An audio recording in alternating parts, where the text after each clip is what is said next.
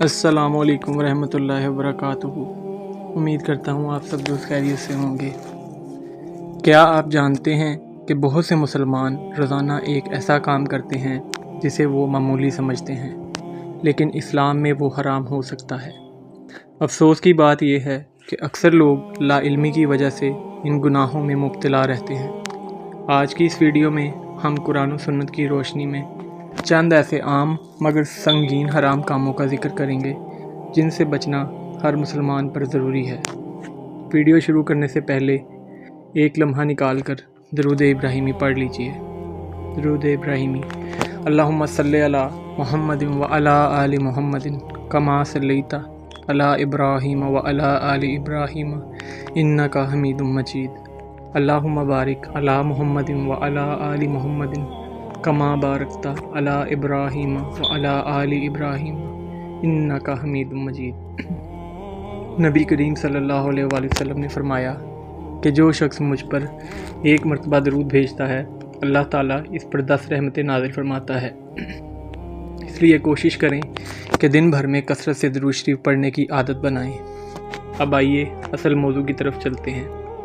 ہم میں سے بہت سے لوگ یہ سمجھتے ہیں کہ حرام صرف شراب، سود یا چوری ہے، لیکن حقیقت یہ ہے کہ اسلام نے بہت سے ایسے اعمال سے بھی منع فرمایا ہے جو ہماری روزمرہ زندگی کا حصہ بن چکے ہیں۔ پہلا حرام کام غیبت۔ اکثر لوگ بیٹھتے ہی دوسروں کی برائیاں شروع کر دیتے ہیں۔ قرآن کریم میں اللہ تعالیٰ نے غیبت کو اپنے مردہ بھائی کا گوشت کھانے سے تشبیہ دی ہے۔ ذرا سوچئے، اگر کوئی ہمیں مردہ انسان کا گوشت کھانے کا کہے تو کیا ہم برداشت کریں گے؟ پھر زبان سے یہ گناہ کیوں کرتے ہیں؟ دوسرا حرام کام جھوٹ بولنا۔ بعض لوگ مذاق میں، کاروبار میں یا معمولی فائدے کے لیے جھوٹ بول لیتے ہیں۔ رسول اللہ صلی اللہ علیہ وآلہ وسلم نے فرمایا کہ جھوٹ انسان کو گناہ کی طرف لے جاتا ہے اور گناہ جہنم کی طرف۔ تیسرا حرام کام سود۔ بہت سے لوگ سودی معاملات کو عام سمجھتے ہیں، حالانکہ قرآن مجید میں سود کے خلاف سخت وعید آئی ہے۔ سود انسان کے مال سے برکت ختم کر دیتا ہے۔ چوتھا حرام کام والدین کی نافرمانی۔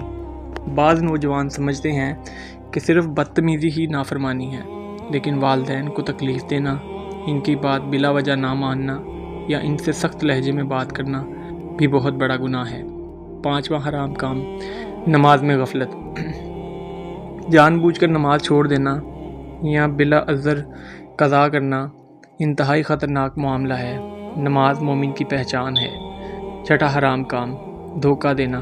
کاروبار، آن لائن خرید و فروخت یا روزمرہ معاملات میں دھوکہ دینا اسلام میں سختی سے منع ہے۔ رسول اللہ صلی اللہ علیہ وآلہ وسلم نے فرمایا، جس نے دھوکہ دیا وہ ہم میں سے نہیں۔ ساتواں حرام کام رشوت لینا یا دینا۔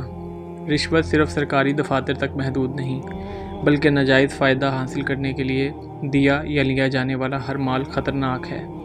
آٹھواں حرام کام تکبر۔ تکبر ایک ایسا گناہ ہے جس نے شیطان کو اللہ کی رحمت سے محروم کر دیا۔ دل میں رائی کے دانے کے برابر بھی تکبر ہو تو انسان کو اس سے بچنے کی کوشش کرنی چاہیے۔ نواں حرام کام موسیقی، فحش مواد اور گناہ والی تفریح میں ڈوب جانا۔ مسلمان کو اپنی نگاہوں، کانوں اور دل کی حفاظت کرنی چاہیے۔ ہر وہ چیز جو گناہ کی طرف لے جائے، اس سے دور رہنا ضروری ہے۔ 10واں حرام کام دوسروں کے حقوق مارنا۔